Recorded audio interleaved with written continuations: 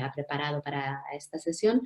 Y a continuación, después de esa parte, contestará a las preguntas y respuestas que vosotras tengáis, ¿vale? Para enviar estas preguntas tenéis una herramienta dentro de Zoom que se llama preguntas y respuestas, ahí podéis ir escribiendo. También si queréis hacerlo a través de chat o si equivocáis no pasa nada. Nuestra compañera Sandra y yo estaremos recogiendo esas preguntas, unificándolas, filtrándolas, etcétera, para cuando Patricia termine su exposición, hacérselas llegar y pasárselas.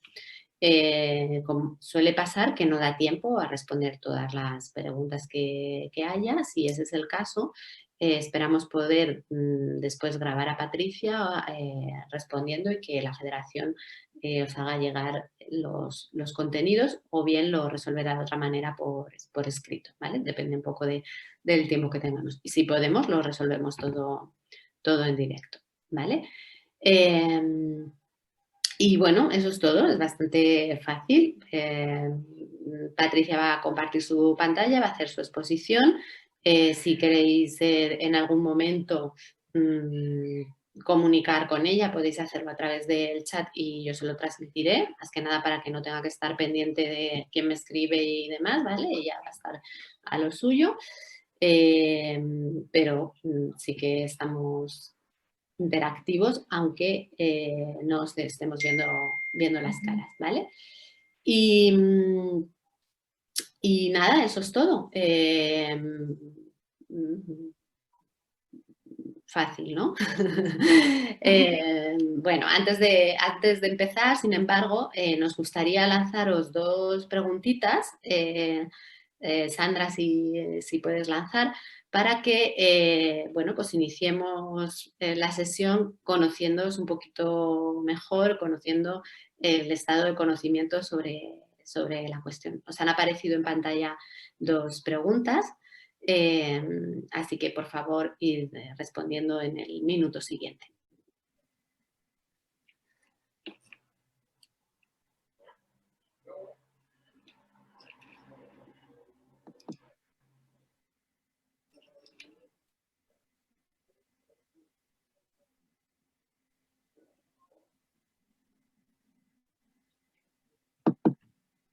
Sandra, cuando veas que la gente ha respondido, lanzas las respuestas, por favor.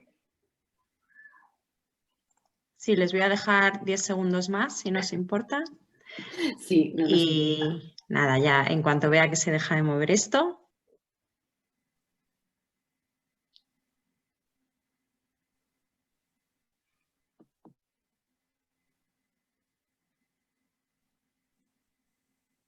Vale.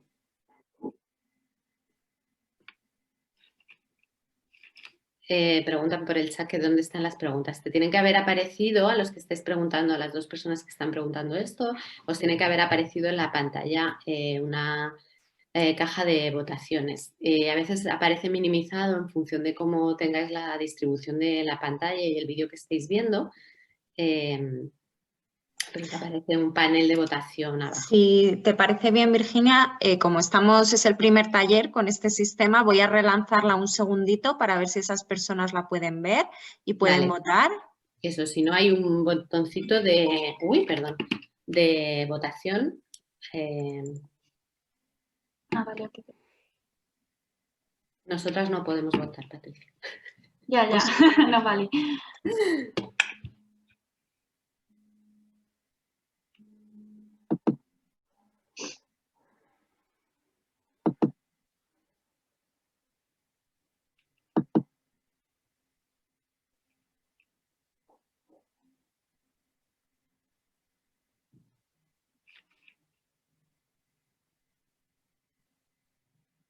Vale. Sandra, ¿lista? Sí, voy a finalizar y lanzo la segunda pregunta. ¿Quieres que te comparta ahora los resultados, Virginia? Sí. ¿Sí? ¿Has lanzado las dos o una? No, una. Vale, la primera.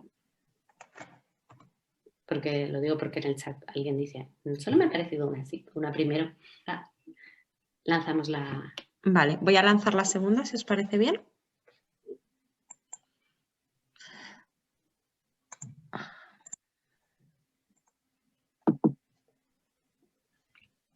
Vale, ya estaría lanzada la segunda pregunta. Eso es, tiene que estar apareciendo en pantalla también.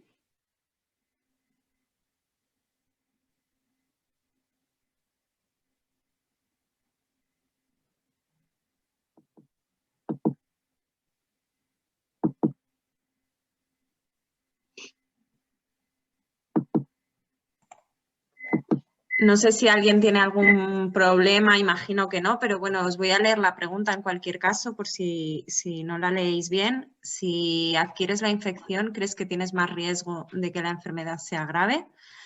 Y tenéis ahí tres respuestas. Léelas también. La leemos. La primera es sí, claramente. La segunda no tiene por qué. Y la tercera es no lo sé. ¿Vale? Os dejo 2 segundillos más y comparto si te parece bien, Virginia. Sí.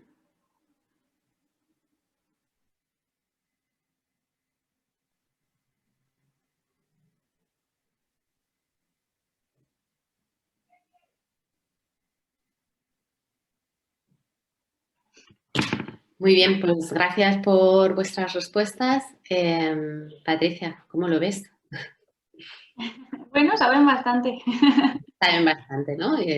¿Crees que pensamos que sabemos más de lo que sabemos o...? Bueno, ya lo veremos, ya lo veremos.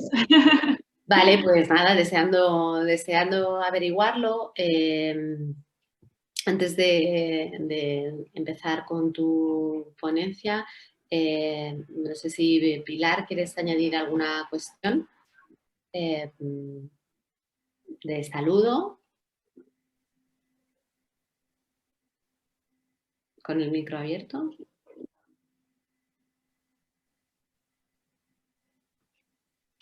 Seguro que está ahí, pero algo. Con el micro. Bueno, como os decía, Perdona, Virginia, ¿me oyes ahora? Sí, Pilar, buenas. Te preguntaba si, bueno, como anfitriona suprema, querías dar la bienvenida también tú a Patricia y le damos paso y las gracias a las personas asistentes.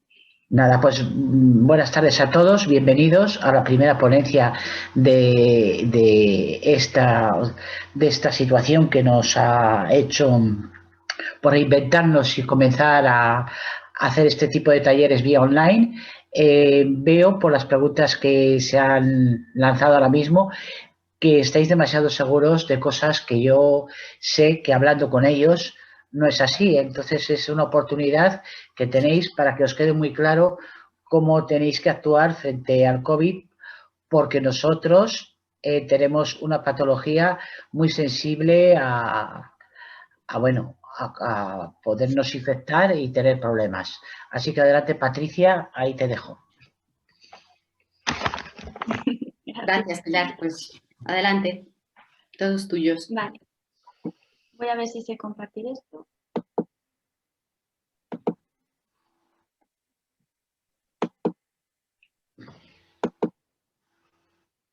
Perfecto. Vale, creo que sí que se ve, ¿verdad? Sí, con tu permiso desconectamos vídeo todos y yo conecto Perfecto. si necesitamos comunicarnos para no molestar, ¿vale? Vale, muchas gracias. Bueno, buenas tardes a todos y muchas gracias por estar aquí en una tarde un poco peculiar porque no era esperable que estos talleres fueran así, ni mucho menos, pero bueno, gracias a Virginia y a Sandra que la verdad es que lo han apañado muy bien para que todos podamos estar aquí esta tarde y a ver qué tal nos sale la primera prueba. Entonces, bueno, lo primero puntualizar 2 cosas antes de empezar. La primera de ellas es sobre todo agradecer que me hayáis invitado y además que soy la primera que hace los talleres, con lo cual pues siempre es un honor empezar algo, a ver qué tal sale para otras ocasiones. Y bueno, la segunda cosa de la que quería hablar es, más que presentarme a mí, que ya me ha presentado Virginia, pues enseñaros un poco, antes de empezar, dónde trabajo yo y qué es lo que hacemos y hemos estado haciendo estos meses, ¿no? Yo soy residente de 4º año de medicina interna, todavía me queda un largo año y medio para acabar. Y bueno, ese es el hospital en el que trabajo, es un hospital que abarca la zona norte de la Comunidad de Madrid, sirve de apoyo sobre todo al Hospital La Paz. y abarca sobre todo la Sierra de Madrid y municipios tan poblados e importantes como Alcobendas y San Sebastián de los Reyes. Os muestro este hospital porque aquí, que se le ve con palmeras y muy soleado, pues realmente no hemos estado así, hemos estado así como nos veis. Estas son fotos que hemos hecho, que he hecho yo en la primera oleada, en marzo, abril y mayo, sobre todo, en algunas guardias de urgencias y de la planta de hospitalización. Y os lo enseño pues para que entendamos un poco hoy de lo que vamos a hablar, y aunque no soy una experta y no pretendo serlo, por supuesto, pues que he aprendido bastantes cosas estos meses y creo que os las puedo enseñar y aportar algo. Entonces, bueno, la segunda cosa que quería puntualizar hoy es que el coronavirus, el COVID-19, mejor dicho, es una enfermedad muy nueva para vosotros, pero también para nosotros, para todos los profesionales de la salud. ¿Qué quiere decir eso? Que muchas de las preguntas que me vais a poder hacer, pues no las voy a poder contestar con la evidencia científica que me gustaría porque no se sabe. Y para nosotros poder hablar con rigor de cuestiones importantes se necesitan años de investigación y todavía no tenemos esos años, ni siquiera un año, ¿no? Entonces, las cosas que voy a hablar me he intentado basar en fuentes de información fiables, entre ellas pues la OMS, de la Sociedad Española de Medicina de Microbiología y de Enfermedades Infecciosas, de la Sociedad Europea y Americana de Enfermedades Infecciosas, y las recomendaciones del Ministerio de Sanidad, que todas ellas pues están basadas en estas fuentes. Entonces, bueno, con estos recursos y con la experiencia personal de estos meses, pues intentaré aportaros la mayor evidencia y el mayor rigor del que disponemos hoy en día. Y bueno, os hemos lanzado estas dos preguntas porque yo creo que son los conceptos más importantes que tenemos que adquirir hoy. Si no los tenemos ya, pues por lo menos reforzarlos un poco. Y de tal manera que he intentado organizar lo que os voy a contar hoy basándonos en estas dos preguntas. Y estas dos preguntas las vamos a contestar contestando a otras preguntas, como veis aquí. Y así es como lo he estructurado. Entonces, bueno, para entender muchas cosas, entre otras cosas, si nosotros, los pacientes con una enfermedad neurodegenerativa, como la ataxia, tienen más riesgo de contagiarse o tienen más riesgo de que la enfermedad evolucione de manera desfavorable, es importante empezar desde la base y entender el porqué de las cosas. Entonces, empezando desde la base, pues esta es la base, este es el coronavirus. Os pongo esta fotografía que está hecha con microscopía electrónica, que es bastante bonita y además nos permite entender por qué se le llama coronavirus. Y como veis, es un virus que tiene unas estructuras alrededor de él, que es una corona, ¿vale? Y por eso de ahí viene el virus. Como curiosidad os contaré que estas proteínas que están aquí alrededor, pues son las que se están utilizando para investigar una posible vacuna. Y bueno, ¿qué es el coronavirus? ¿Es algo nuevo? No, los coronavirus son unos virus que ya se describieron a partir de los años 60, a partir de resfriados comunes en la población pediátrica. Desde los años 60 hasta diciembre del 2019 se conocían 6 tipos de coronavirus. De estos 6 tipos de coronavirus ya había otros 2 coronavirus que habían causado epidemias. Este que veis aquí, el SARS-1 y el MERS. El SARS-1 es un coronavirus que causó una epidemia en la región de Guangdong, en China, allá por el 2002. Tuvo una tasa de letalidad muy alta, un 10%, y afectó más o menos a 8.500 personas. Quizá no nos suena porque no salió de China, ni siquiera de la región afectada, por eso no lo conocemos. El MERS, de la misma manera, es otro tipo de virus, de coronavirus respiratorio, que hizo una epidemia en Arabia Saudí por el año 2012, también con una tasa de letalidad bastante alta, y afectó a 2.200 personas aproximadamente. Tampoco quizá nos suene porque tampoco nos llegó a Europa. Es decir, el SARS-1 y el MERS hicieron epidemias, pero no llegaron a hacer una pandemia como el virus que nos acontece hoy, ¿no? El SARS-2, que sería el 7º coronavirus descrito. Estos coronavirus hacen resfriados comunes en invierno, en otoño, y muchos de vosotros y yo misma pues habremos pasado infecciones respiratorias de carácter leve con un resfriado común. Pero en algunas ocasiones puede dar algo más grave que un resfriado, que es el famoso SARS. ¿Y qué es el SARS? Pues son las siglas de síndrome agudo respiratorio severo, ¿vale? Estos conceptos los digo para que entendamos un poquito de dónde vienen las cosas. ¿Y qué es el COVID-19? Pues es la enfermedad causada por el SARS coronavirus 2, el SARS-CoV-2, ¿vale? Y este es un virus que, como digo, pertenece a los coronavirus y apareció por primera vez en diciembre en el 2019 en China, en esta región llamada Wuhan, en la región de Hubei, en China, y se describieron una serie de pacientes que tenían en común haber estado en un mercado con unas neumonías pues muy raras y muy graves, ¿no? ¿Y qué se sabe hasta ahora? Pues que de todos los que se infectan, más o menos el 80% desarrollan una infección de características leves, pero el 20%, es decir, 1 de cada 5, van a desarrollar una enfermedad grave. Estar infectado no significa que se vaya a desarrollar la enfermedad grave. Esto es importante porque es verdad que se toman medidas muy importantes por la situación de pandemia, pero tampoco nos tenemos que fijar siempre en los medios de comunicación, en las cosas que podamos leer. Estar infectado no es que me voy a poner malísimo y voy a ingresar en el hospital.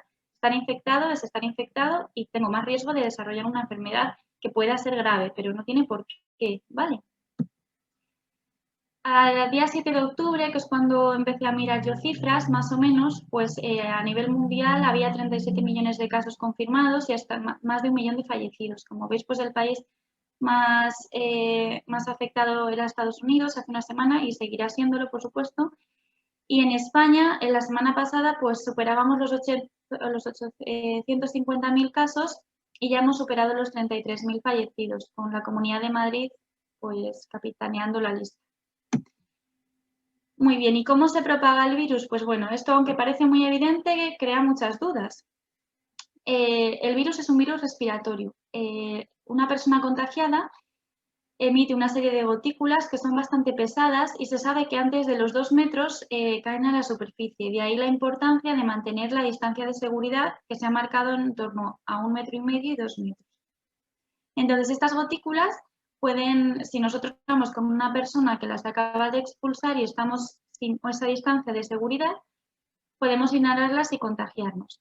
Si esas gotículas caen sobre superficies, como pueden ser libros, mesas u otras estructuras, podemos tocarlas con las manos y metérnoslas en las mucosas, en los ojos, en la boca, etc. De ahí la importancia de lavarnos las manos y de desinfectar las superficies que creamos expuestas. Esto es importante porque se han ido diciendo en varios medios de comunicación que yo he podido leer que si se ha extraído coronavirus en aguas fecales, que se puede transmitir por las heces, etc. De momento no hay ninguna evidencia científica de que haya transmisión fecal, ni siquiera se ha podido demostrar que haya transmisión vertical de madre a hijo en un embarazo, ni transmisión por otros medios, ¿vale? Únicamente por la vía respiratoria y las mucosas en general. ¿Y qué pasa con los pacientes asintomáticos? Que también está haciendo, pues da mucho miedo, ¿no? Nosotros en general estamos todos protegidos por la mascarilla y demás, pero bueno, luego podemos estar en ciertos ambientes en los que las personas no utilicen las medidas de seguridad porque son amigos, porque no tienen síntomas y demás. Pues bueno, lo que sí que se está viendo estos últimos meses es que pacientes asintomáticos que estén infectados sí que pueden transmitir la enfermedad, generalmente con una menor carga viral, es decir, con menos riesgo de infectar, pero sí. Entonces, como veis en estas dos gráficas, vamos en esta gráfica con estas dos tablitas, la parte roja sería el periodo en el que nosotros podemos contagiar, ¿vale? Y la tablita de arriba son pacientes asintomáticos y la tablita de abajo pacientes graves. Como veis, los pacientes graves, la parte roja es más amplia, es decir, su periodo de poder infectar es más amplio. Y los asintomáticos o con infección leve tienen menos días de transmisión. Pero lo que podéis ver aquí, esta línea negra es el día que empiezan con síntomas. Hay rojito antes. ¿Qué significa? Pues que antes de empezar los síntomas se está viendo que aproximadamente 2 o 3 días antes sí que estamos contagiando. Y esa es probablemente una de las razones por las que haya habido tanta transmisión comunitaria. Entonces, ¿cuáles son los signos y los síntomas de esta enfermedad? Pues bueno, aquí he puesto algunos, pero son muchísimos y como os digo, cada día estamos aprendiendo uno más, porque cada paciente nos cuenta una cosa distinta. Lo que sí que se está viendo es que en la mayor parte de los pacientes el primer síntoma, el síntoma princeps, es la fiebre. También la tos seca, mucho cansancio, dolor articular, dolor muscular, dolor de cabeza, dolor de garganta, picor de garganta, pérdida de olfato, pérdida del sabor. También síntomas respiratorios, diarrea, dolor de tripa, etc. Y lo más grave, dificultad para respirar, ¿vale? Falta del oxígeno. Pero también estamos viendo cosas en la piel. Esto son los típicos sabañones que estamos viendo sobre todo en pacientes pediátricos, pero que también estamos viendo en pacientes con infección por coronavirus. Vuelvo a insistir en que estar infectado no significa que se vaya a desarrollar toda esta amalgama de síntomas, ni mucho menos, pero bueno, es verdad que son síntomas muy inespecíficos de que nos puede pasar. ¿Y por qué digo esto? Pues porque no es lo mismo tener esta radiografía que puede ser de una persona infectada por coronavirus que viene con dolor de garganta, en el que no tiene neumonía. Aquí tenemos el corazón, en el medio, aquí tenemos la columna vertebral y estos son los pulmones, que están en negros, ¿vale? Si están negros es que hay aire dentro y no hay nada más, no hay neumonía. Esta persona probablemente pase la infección de manera leve y ya está.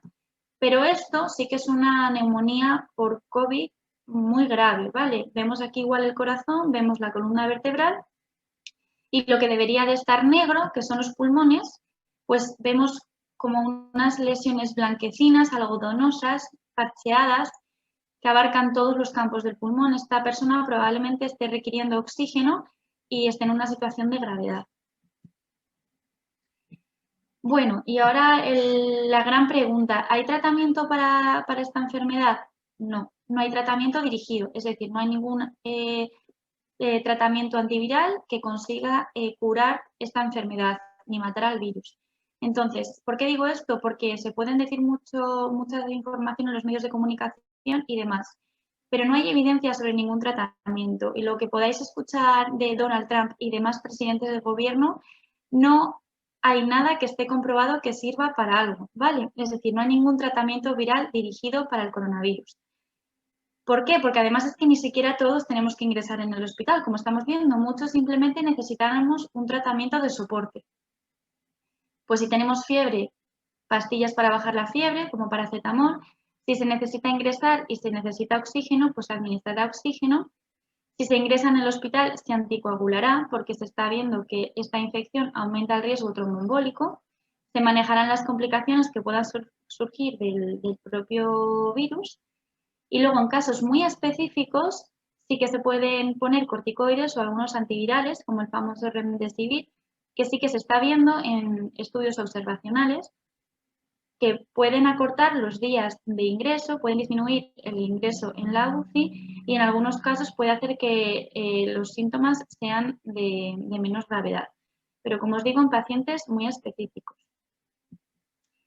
Y ahora la gran pregunta también, ¿el tener una ataxia de cualquier tipo empeora la gravedad de la enfermedad? Pues bueno, lo que sabemos hasta ahora es que sí que se van describiendo factores de riesgo que claramente están asociados a un peor pronóstico de la enfermedad. El primero, que está demostradísimo casi desde el inicio de la pandemia, es la edad. Como veis en esta tablita que está aquí a la derecha, que nos ha aportado el Ministerio de Sanidad, la parte de abajo son los grupos de edad, de tal manera que a la derecha tenemos a los pacientes de más de 80 años y va bajando con la edad. Aquí tenemos a los pacientes pediátricos. La tablita, vamos, la barrita azul son los pacientes que han pasado su enfermedad en casa, es decir, pacientes que no han tenido que hospitalizar, y como veis, en pacientes mayores, pues hay varios que no han tenido que hospitalizar, por supuesto. Los verdes son pacientes que han tenido que hospitalizar, que como veis va en aumento a medida que aumenta la edad, y lo que claramente se ve es lo morado, ¿no? Que lo morado son las defunciones, y como veis claramente hay un ascenso de la mortalidad a medida que aumenta la edad. Pero ahora que ya tenemos muchos pacientes para establecer hipótesis, se está viendo cierta asociación estadísticamente significativa. Sobre todo el sexo masculino parece que la gravedad de la enfermedad pueda ser mayor. Enfermedades cardiovasculares, muy importante la hipertensión arterial, pacientes con cardiopatía isquémica, pacientes con alguna miocardiopatía congénita, pacientes con enfermedades respiratorias de cualquier tipo, pacientes con inmunodepresión, pues pacientes oncológicos en tratamiento con quimioterapia, pacientes con alguna enfermedad autoinmunitaria que estén tomando algún tratamiento biológico y pacientes con enfermedades hereditarias que de por sí suelen ser pacientes inmunodeprimidos. También la obesidad está relacionada con un peor pronóstico, la diabetes mellitus y pacientes que fuman claramente no está demostrado, pero sí que se está viendo cierta asociación con un peor pronóstico. ¿Qué importancia tiene esto? Pues que pacientes que tienen neumonía por coronavirus y tienen alguno de estos factores de riesgo requieren ingreso en el hospital. Es decir, si nosotros vamos al hospital, nos encontramos bien, pero tenemos una neumonía en la radiografía y tenemos alguno de estos factores de riesgo, en general el ingreso hospitalario va a ser necesario para el control de las posibles complicaciones. ¿Y qué pasa con la ataxia? Pues bueno, con la ataxia pasan dos cosas. Lo primero es que no hay ninguna evidencia, no hay ninguna serie de casos de pacientes con ataxia que hayan tenido coronavirus y ver lo que va a pasar. Lo único que podemos hacer son suposiciones basadas en los factores de riesgo. Entonces, como vosotros muy bien sabéis, en función del tipo de ataxia que se padezca, pues hay una serie de síntomas. Un síndrome cerebeloso, cardiopatía, que puede ser por una miocardiopatía hipertrófica, muchos con diabetes mellitus, inmunodeprimidos, etc. ¿Y qué pasa? Pues que todos estos síntomas, de toda esta amalgama de síntomas, hay varios que son factores de riesgo muy importantes para que el pronóstico de la enfermedad, si se adquiere, sea peor. Hago especial hincapié a la debilidad muscular y aquí os he marcado un músculo muy importante del que muchos nos olvidamos, que es el diafragma. Lo que estamos viendo en los pacientes con infección por coronavirus que desarrollan una neumonía y una insuficiencia respiratoria es que hay un estrés a nivel sistémico muy importante. Entonces, una de nuestras grandes defensas es este músculo, es el diafragma. Nosotros necesitamos que el diafragma, que es el músculo principal de la inspiración para llenar bien los pulmones, necesitamos que esté funcionando al 300% cuando tenemos una infección en el pulmón. ¿Por qué? Porque los pulmones están enfermos y necesitamos que el diafragma nos ayude de manera extra para que la respiración sea óptima. Si nosotros tenemos una enfermedad que afecta al sistema neuromuscular, en caso de las ataxias o de otras enfermedades neuromusculares, el diafragma de base no nos responde perfectamente, pero cuando tenemos una infección y necesitamos un esfuerzo extra, no nos va a responder como debería. Con lo cual, esto sí que sabemos que puede empeorar la insuficiencia respiratoria y, por tanto, la gravedad de la enfermedad. ¿Hay algo publicado con respecto al coronavirus y la ataxia? Pues sí, pero muy poco. Y de hecho, con una cierta calidad de revisión he encontrado únicamente 2 artículos. Este es un artículo que ha sido publicado en mayo en un hospital de Bélgica, en Bruselas, en el cual estos especialistas hacen hipótesis sobre cómo sería la evolución de la enfermedad basándose en estos factores de riesgo que os he comentado previamente. Sin contaros todo el estudio por completo, hacen referencia pues a esto, a que los pacientes con ataxia cerebelosa tienen que tener una atención especial, particularmente si son de edad avanzada y tienen otras comorbilidades. Es decir, que aquí ya insisten en que el paciente con ataxia y con otras enfermedades de tipo neuromuscular y de tipo mitocondrial deben de ser probablemente ingresados en su totalidad en el hospital si se diagnostica de neumonía por coronavirus para el control hospitalario y evitar complicaciones. En esta revisión únicamente nos dan algunas recomendaciones sobre cómo deberíamos llevar a cabo, deberían los enfermos llevar a cabo el día a día en situación de pandemia. Básicamente son cosas que ya sabemos todos y lo primero es que hay que ser exquisito con las medidas de seguridad, que por supuesto hay que continuar la medicación y no se debe dejar de tomar ninguna medicación a no ser que un médico lo prescriba. No se debe de dejar de hacer rehabilitación, ni terapia ocupacional, ni logopedia, porque ya sabemos todos que cuantos más meses esté uno parado, los síntomas pueden empeorar. Y luego hacen mucha referencia a incentivar la telemedicina, es decir, intentar evitar lo máximo posible las visitas a atención primaria y al hospital, a no ser que haya una patología grave, e intentar solucionar consultas muy simples por vía teléfono o por videoconferencia para evitar la exposición de los pacientes de riesgo. Entonces, ¿qué conclusiones podemos sacar de todo esto que he dicho? Pues que los enfermos de ataxia sí que sois un grupo de riesgo para que la enfermedad vaya peor. No obstante, como cada paciente tiene sus propios síntomas y con una gravedad distinta, pues el manejo debe ser individualizado. Pero en la mayoría de casos el ingreso hospitalario va a ser necesario para monitorizar que todo vaya bien. Por tanto, son fundamentales siempre las medidas de protección, pero más en vosotros. Hay que ser exquisito.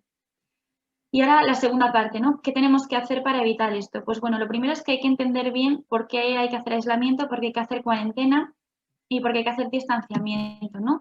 En esta diapositiva he intentado dibujar un poquito lo que es cada cosa para entenderlo mejor. Como bien sabemos, la distancia de seguridad, por lo que os he comentado antes de las gotas, que antes de los 2 metros caen en la superficie, de ahí que la distancia de seguridad deba ser de 1,5 metros al menos.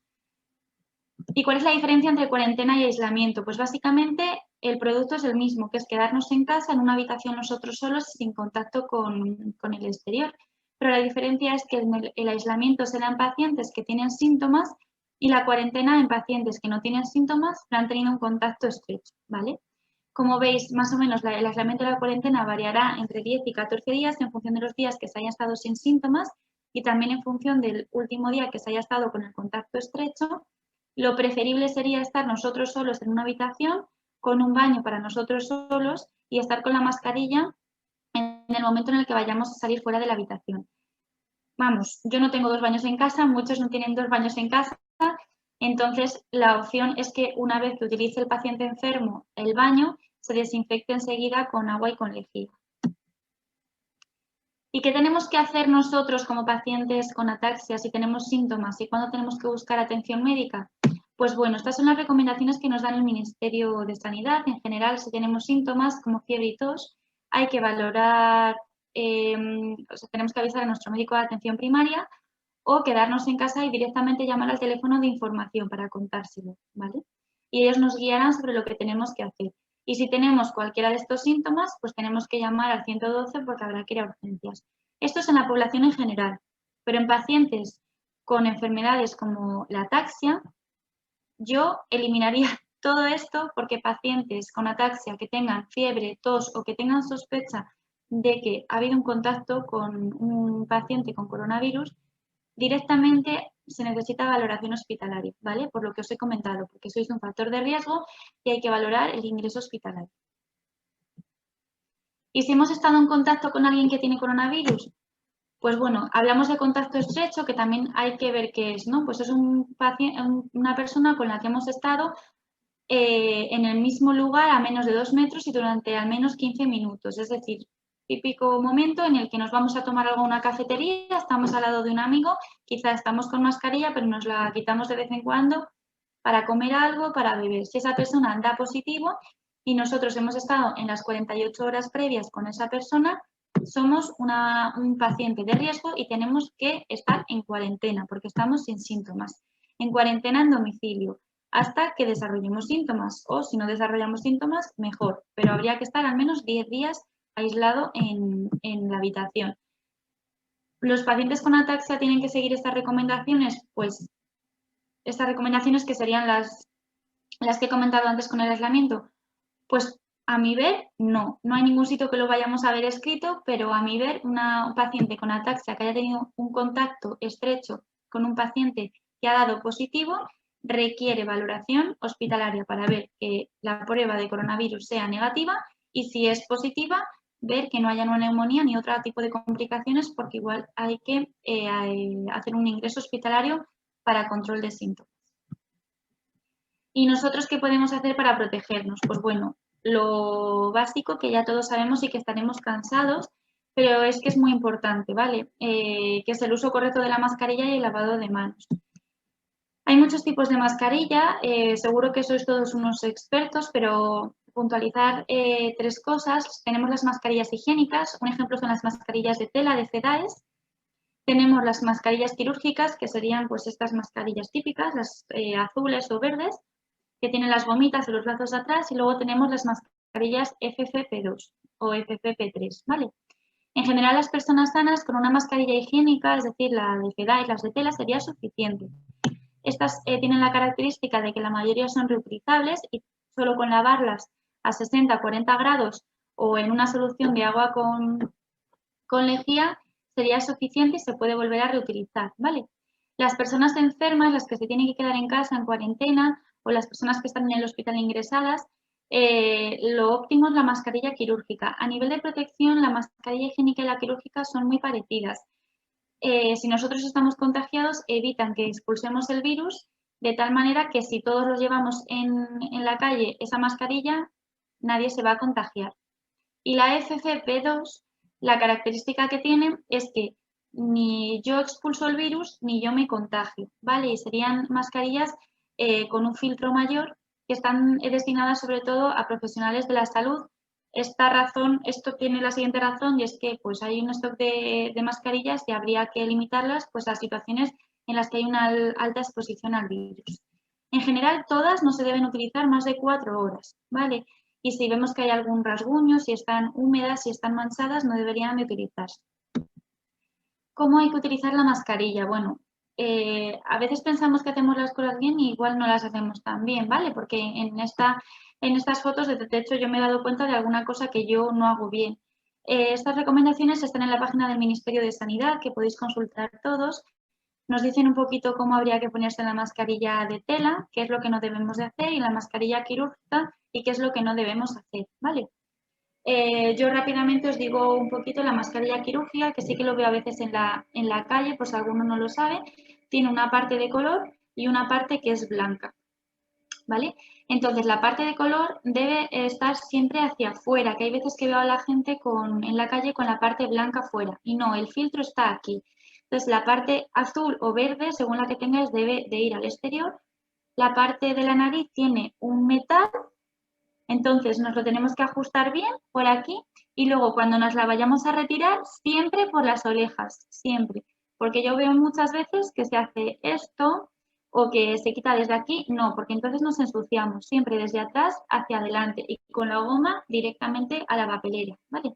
Cosas que no debemos hacer, pues por supuesto, ni tocar aquí, ni quitarnos la mascarilla de esta manera para comer, sino te la quitas directamente así, la guardas o lo que prefiráis. Y antes y después, lavarnos las manos, ¿vale? ¿Y cómo nos lavamos las manos? Pues también hay veces que nos pensamos que lo hacemos bien y no lo hacemos tan bien. Las manos yo recomiendo lavárnoslas siempre que vayamos en transporte público, siempre que nos vayamos fuera con unos amigos, pues para ponernos y para quitarnos la mascarilla. Y en casa, en verdad, con agua y con jabón sería más que suficiente, ¿vale? Sabemos que tanto el gel hidroalcohólico como el agua y como el jabón matan el virus, pero en la calle pues el agua y el jabón entiendo que es más difícil. Aquí el Ministerio de Sanidad también nos da unas recomendaciones sobre cómo lavarnos bien las manos. Os traigo un ejemplo para que veáis lo que seguramente no hacemos bien, ¿vale? Nos deberíamos echar gel hidroalcohólico en la palma de la mano y esto no es lavarse las manos. Esto es lavarse las palmas, pero hay más mano. Entonces, hay que lavarse las palmas, hay que lavarse el dorso de las manos de esta manera, por un lado, de esta manera, por el otro. Hay que lavarse entre los dedos, hay que lavarse las uñas y las yemas de los dedos de esta manera y el dedo gordo, que siempre se nos olvida, aquí y aquí. Y en esto no tardamos más de 20 segundos y sería la manera correcta de lavarnos las manos, ¿vale?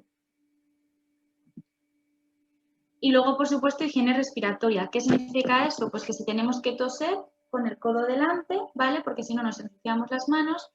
Si estamos en la calle no deberemos de tocarnos los ojos para no transmitir virus a las mucosas ni viceversa.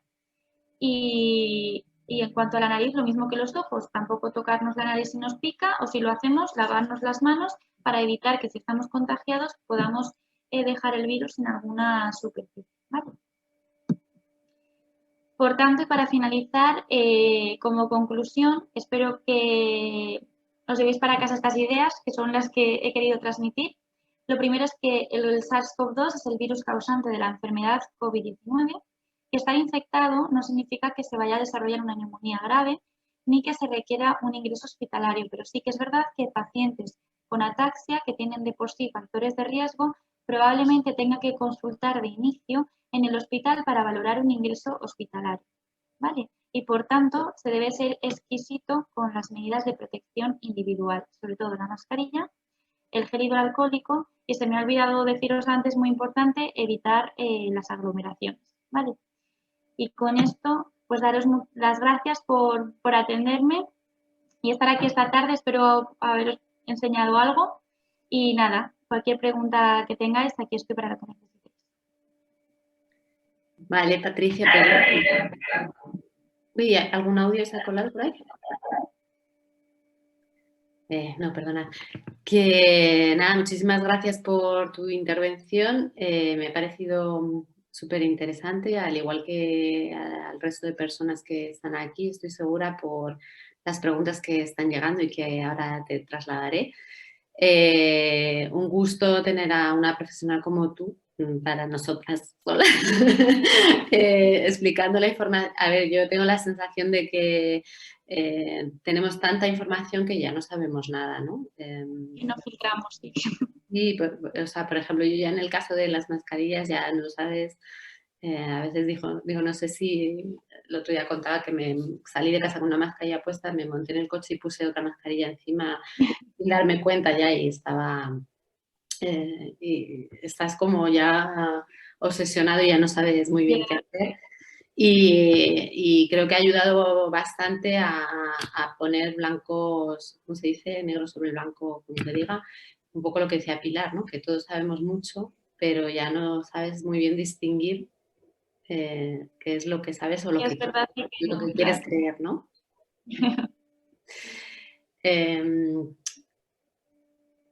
Si te parece bien, te voy a contar qué cosas han preguntado, porque Vale. es verdad que hay bastantes y muy interesantes y así un poco porque yo lo valgo. Voy a empezar por una pregunta que es curiosa y además me estaba rondando a mí misma también la cabeza, ¿no? Cuando nos cuentas cómo debemos ponernos y quitarnos la mascarilla, ¿no? Y yo creo que siempre lo más difícil en todo esto es la recomendación de no te toques la cara. O sea, a mí esto me ha parecido siempre ciencia ficción porque es un gesto inconsciente y demás, ¿no? Y una de las preguntas que tenemos, ¿y qué haces si te pica la nariz, no? La pregunta es más amplia y más profunda de lo que pueda parecer por me pica la nariz, porque es verdad. ¿Qué pasa en estos casos? O sea, tú una mascarilla tienes que tirarla como una loca así. No. Si te ha pasado, si tú no te lo quitas correctamente, que pierde su poder y asociado a la pregunta de las mascarillas, también, bueno, que le has dado bastante importancia, creo, a todo el mensaje de la prevención, que es fundamental, que ahora mismo no tenemos nada en nuestras manos que esté demostrado y que nos permita luchar contra esta enfermedad más allá de la prevención y la acción individual. Y en este sentido el tema de las mascarillas pues parece clave.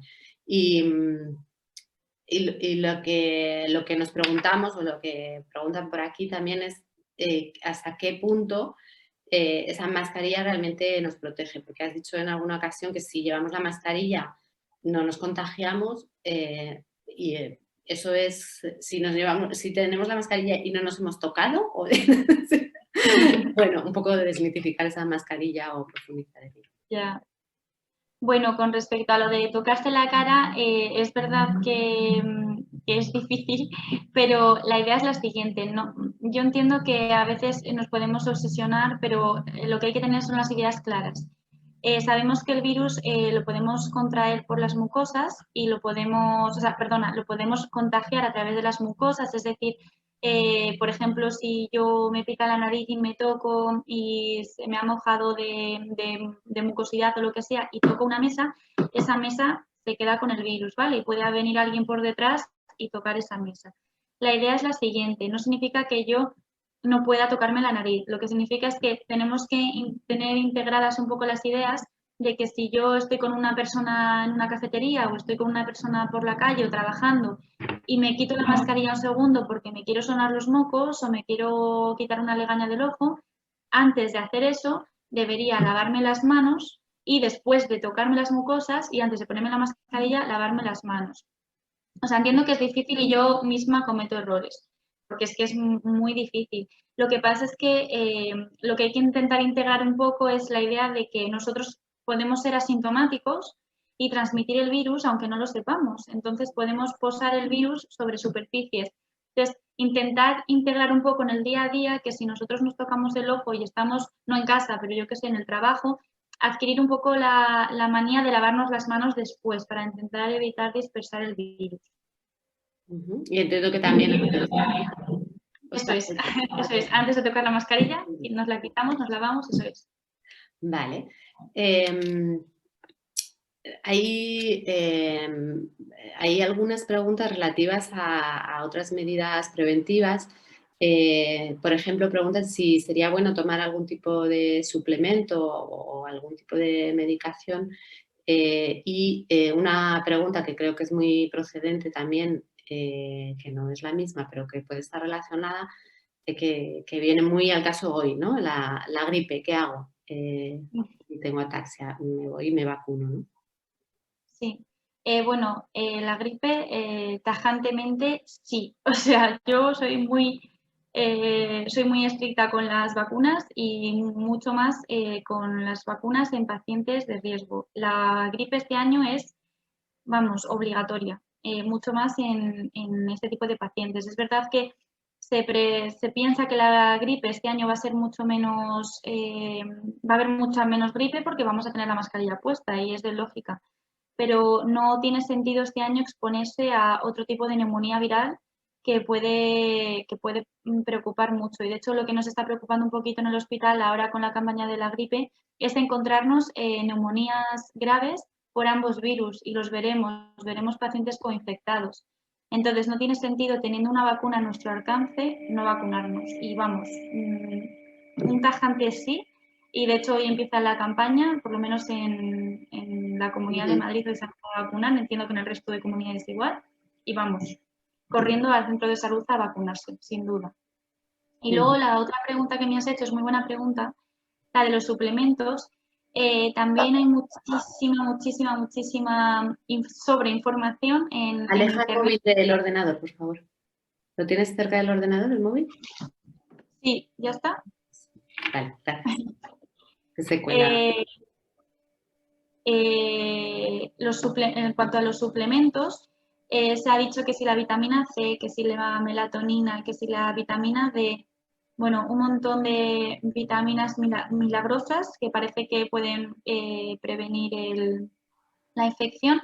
Es verdad que hay varios estudios en marcha, ensayos clínicos más bien, en cuanto a la prevención de la infección por coronavirus con melatonina y con vitamina C y con vitamina D. Y en algunas series de pacientes, sí que en pacientes que están en la UCI se está poniendo vitamina D, porque en principio no es dañina, a no ser que se den unas grandes dosis, un poco por intentar mejorar el pronóstico.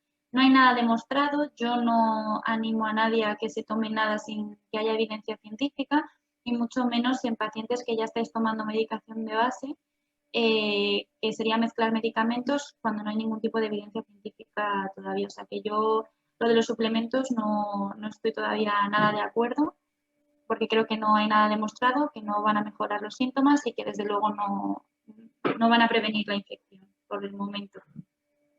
Vale. Vale. Hay una pregunta que tiene que ver con el mensaje que también yo creo que es confuso sobre ese aislamiento y cuarentena y los periodos y demás. Bueno, una persona cuenta el caso de que está cuidando a una persona con ataxia y que le han hecho una PCR y le han hablado de sus 10 días de aislamiento, ¿no? Y la pregunta es, si la PCR es negativa, ¿debo seguir en aislamiento? Bueno, pues hay algunos, no estoy segura de si es en el Ministerio de Sanidad, yo creo que es en la Sociedad Española de Infecciosas, que puedo buscarlo y si nos quiere dar el correo se lo mando. En general, en pacientes que tienen síntomas y se les hace una PCR y es negativa, si se repite una PCR a los 7 días y es negativa, se podría desaislar, siempre y cuando lleve 3 días asintomático. Lo importante ya, esta pregunta es muy buena pregunta. ¿La PCR es al 100% fiable? No. La PCR no tiene un 100% de sensibilidad sabemos que más o menos es un 70, un 80%, es decir, que hay pacientes que no tienen virus en las vías respiratorias superiores o que la técnica no se ha hecho correctamente y nos va a salir un falso negativo. Entonces, en situación de pandemia y de un virus respiratorio circulando, cualquier síntoma respiratorio es coronavirus hasta que no se demuestre lo contrario. Entonces, un paciente que esté con síntomas respiratorios, aunque la PCR sea negativa, tiene que permanecer aislado, a no ser que lleve 3 días sin síntomas. Si lleva 3 días sin síntomas, podría desaislarse, pero mínimo 7-10 días. Vale. Y relacionado con esto, otra pregunta es un poco al contrario, ¿no? Si yo, como persona con ataxia, quiero recibir familia y estar segura en mi entorno, ¿cuánto tiempo deberían hacer la prueba PCR y visitarme, ¿no? ¿Cómo es el periodo de, digamos, de seguridad que podemos tener, ¿no? Porque tú te puedes hacer una PCR hoy que dé negativa y mañana... Entonces nunca tienes seguridad absoluta, no sé, es una paranoia esto. Ya, bueno, lo que sí que se sabe es que desde el momento en el que nos contagiamos podemos desarrollar el periodo de incubación más largo descrito es 21-22 días, pero se sabe que desde el momento del contagio los síntomas más o menos comienzan a los 5 o 7 días. Entonces, si nosotros hemos tenido un contacto estrecho y ya ha pasado 5 y 7 días y no ha empezado con síntomas, sería un periodo bastante razonable para pensar que ya no nos hemos contagiado, ¿vale? Pero no obstante, el periodo de incubación está descrito hasta 21 días. Por tanto, esto no está escrito en ningún sitio y es un poco, pues, lo que yo haría, vamos. Si hemos estado con un contacto estrecho y voy a visitar a una persona que tiene factores de riesgo para que se ponga mala, yo esperaría al menos 2 semanas para asegurarme de que no voy a desarrollar ningún síntoma para visitar a esa persona. Quizás si es una persona sin factores de riesgo y ha pasado una semana, quizás un periodo razonable para poder visitar a esa persona. Pero es que siempre que hayamos tenido un contacto estrecho, debemos quedarnos una semana aislados en casa, siempre que estemos 3 días luego sin síntomas. O sea, que es que no deberíamos de visitar a una persona con un factor de riesgo si han pasado menos de 10 días desde un contacto estrecho. No sé si me explico. Vale. Sigo. ¿Vas bien? Sí. ¿Estás bien? Vale. Vamos a ir ya lanzándote las últimas preguntas. Aquí hay una pregunta sobre los cuerpos alcalinos. Que no sé si es que será una errata o yo no lo entiendo bien, así que sí, podéis... Los cuerpos alcalinos, no sé si se refiere al pH o algo... Sí, pues Mari Carmen, si puedes especificar tu pregunta, si estás oyendo, la persona que ha hecho esta pregunta, si quiere profundizar en ella, ahora se la lanzamos a Patricia y si no, como decíamos antes, podemos hacerlo después, ¿vale? Por una vía u otra, ¿vale? Pues yo creo que más o menos las hemos agrupado todas respecto a medidas preventivas como los suplementos o el uso de la vacuna de la gripe. Hay una persona que pregunta por el tema de las mucosas, ¿no? ¿Cómo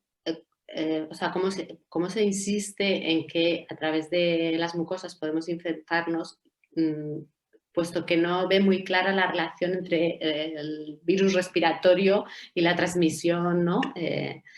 Por las gotículas que comentabas y cómo llegan a las mucosas de los ojos y la nariz, ¿no? Por si puedes volver a explicar. Sí, claro. Pues un ejemplo sería, por ejemplo, si yo estornudo en la mano y pongo la mano en la mesa y alguien luego toca esa mesa y con la mano se toca en el ojo, por ejemplo. Sería un ejemplo de la transmisión de mucosa a mucosa. No sé si esa es la pregunta que se me está haciendo. Es sobre todo por el tema de las superficies. O sea, nosotros nos contagiamos o directamente por las gotículas que están suspendidas en el aire y las inhalamos de tal manera que se van a la mucosa respiratoria y se meten dentro de las células, O la otra manera es que nosotros esas gotículas estén sobre una superficie, las toquemos con la mano y me las meta en el ojo o me toque la nariz, por ejemplo. Lo que se sabe es que en función de la superficie estas gotículas duran mucho. De hecho, en superficies de cobre se describe hasta una vida de 72 horas del virus viable, en superficies de cartón hasta 24 horas viable, o sea que son bastantes horas. Por eso es importante lavarse las manos antes o después, o si vamos a nuestro puesto de trabajo, antes de empezar a trabajar, coger un paño con gel hidroalcohólico y lavar bien la mesa para intentar prevenir estos contagios que parecen una tontería, pero no lo son. Y de hecho las brotes que pueda haber en colegios o en oficinas, muchos eran por vía respiratoria, pero seguro que muchos por tocarse los pupitres o las mesas de la oficina o las mesas del comedor, etc. Sí, esto me ha hecho pensar en los productos de Amazon y el cartón en 24 horas. No, es verdad que durante el confinamiento era como Claro. el miedo que hago con este paquete, donde lo pongo y lo dejo ahí también en cuarentena. Si nos dice Mari Carmen, vuelve a formular la pregunta, dice, ¿comer más productos alcalinos nos protegemos más contra los virus? No. Vamos, no hay nada escrito, no hay ningún tipo de evidencia.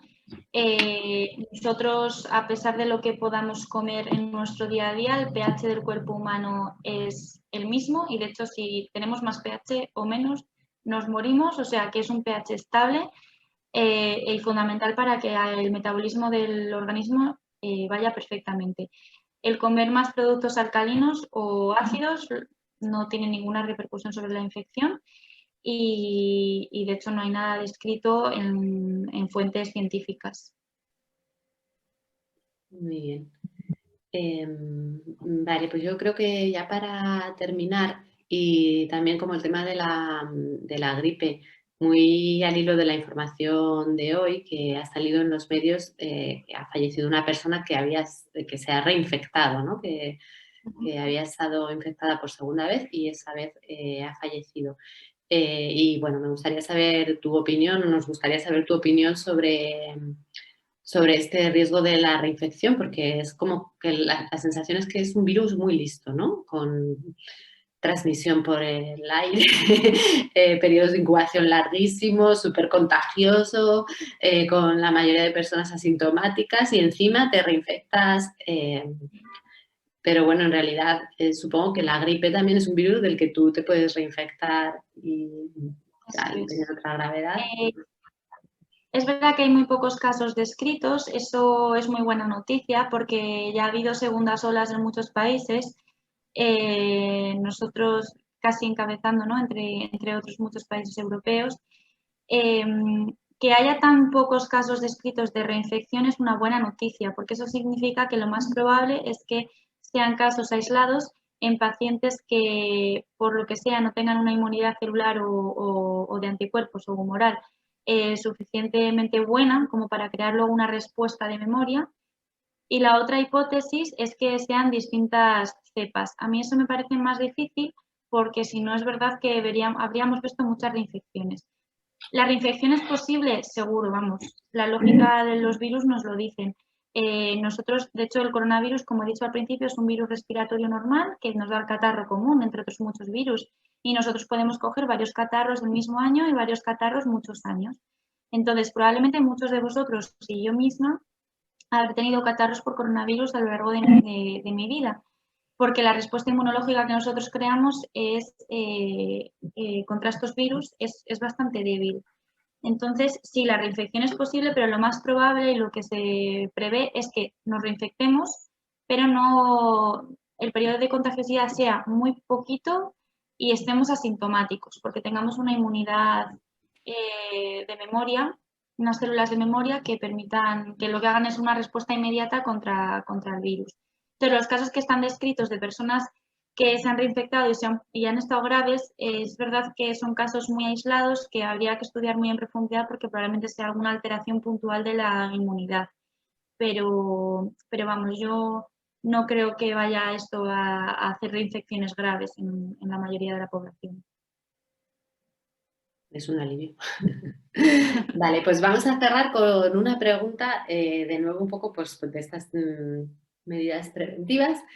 Mari Carmen vuelve a la carga con cómo protegerse más y nos pregunta, ¿el Actimel? ¿Actimel me protegería? Vamos, que igual luego hacen un estudio sobre el bífidus y se ve que protege. Pero es que estos alimentos no son superalimentos y no nos protege, ni siquiera está demostrado que nos dé más inmunidad. Es verdad que los alimentos que tienen más bífidus, como el yogur o los actimeles o lo que sea, ayudan a la flora, digamos que pueden ayudar a reestructurar un poco la flora intestinal. Pero esto es un virus puramente respiratorio que no hay ningún superalimento que esté descrito ni lo esperable es que ninguno de estos alimentos nos proteja. La protección hoy en día que tiene su evidencia es la mascarilla y el lavado riguroso de manos y de superficies. El resto, nada. Vale. Pues ha llegado alguna pregunta más, pero vamos a cerrar, porque según vamos respondiendo van llegando más y si no, pues entramos en el bucle. También están llegando muchos agradecimientos y piropos a ti, a tu ponencia y a tu claridad. Como digo, es de agradecer, ¿no? Ver las cosas bien explicadas y reunidas y salir un poco de ese mezcla de informaciones que no sabes si son noticias, sensacionalismo, mentiras, verdades, pruebas. Así que, bueno, creo que tengas o no una ataxia. Ha sido utilísima esta ponencia, pero sobre todo, bueno, hasta a las personas que sí que la tenéis y que habéis asistido al seminario, espero que os haya resultado de máximo interés. Sin más, darte de nuevo las gracias a la Federación por organizar este encuentro y a todas vosotras por estar aquí. Antes de cerrar, Patricia, si quieres despedirte gloriosamente. Sí, nada, muchísimas gracias a todos, que he intentado ser lo menos rollo posible, pero es verdad que creo que no solo ya, no es por tener una enfermedad de base, sino porque a nivel poblacional creo que estamos muy desinformados. Creo que es importantísimo tener unos conceptos claros para entender por qué se toman medidas de protección y medidas un poco a nivel poblacional que a veces parecen un poco sin sentido, quitando dramas políticos aparte, ¿no? Pero de verdad que lo que espero es que entendáis que esto es nuevo para todos, no solo para vosotros, que la ciencia va muy rápido, pero no va tan rápido como nos gustaría y que, bueno, en esta situación que es un poco difícil, pues es importante que sigáis con vuestra vida como lo mejor que podáis, que sigáis yendo a logopeda, que sigáis haciendo terapia ocupacional, fisio, que salgáis a la calle a dar un paseo, que intentéis disfrutar, que no paréis la vida porque de esto habéis vivido cosas mucho peores y estoy segura de que esto se va a acabar pronto y lo importante es que lo hagáis todo con mucho ánimo. Y aunque esto sea un taller, cualquier duda que tengáis, aunque os parezca una bobada, yo prefiero que me la preguntéis por redes sociales o como queráis, que os surja hoy, mañana o dentro de un mes, antes de que toméis alguna mala decisión o os creáis alguna de estas corrientes que se escuchan por ahí. Y nada, que os vacunéis todos de la gripe y poco más. Muchas gracias. Gracias. Bueno, os ha aparecido una petición de evaluación en la pantalla antes de que salgáis. Os pedimos que respondáis a esta última pregunta. Pilar, creo que te gustará dar un agradecimiento también a Patricia y a las personas asistentes mientras vamos cerrando o antes de cerrar. Bueno, pues muchísimas gracias a todos por asistir a este primer taller. Espero que os apuntéis a todos los demás. Patricia, muchas gracias. Sé que has tenido que correr mucho hoy para poder asistir y espero que os haya servido para bueno, pues estas dudas que todos tenemos, sobre todo por la patología que sufrimos, bueno, pues que os haya podido ayudar a un poco aclararlas, ¿vale? Nada, vuelvo a las mismas. Gracias a todos, gracias Patricia, Virginia y Sandra, y pasar el resto de la tarde descansando y os espero mañana en el siguiente taller.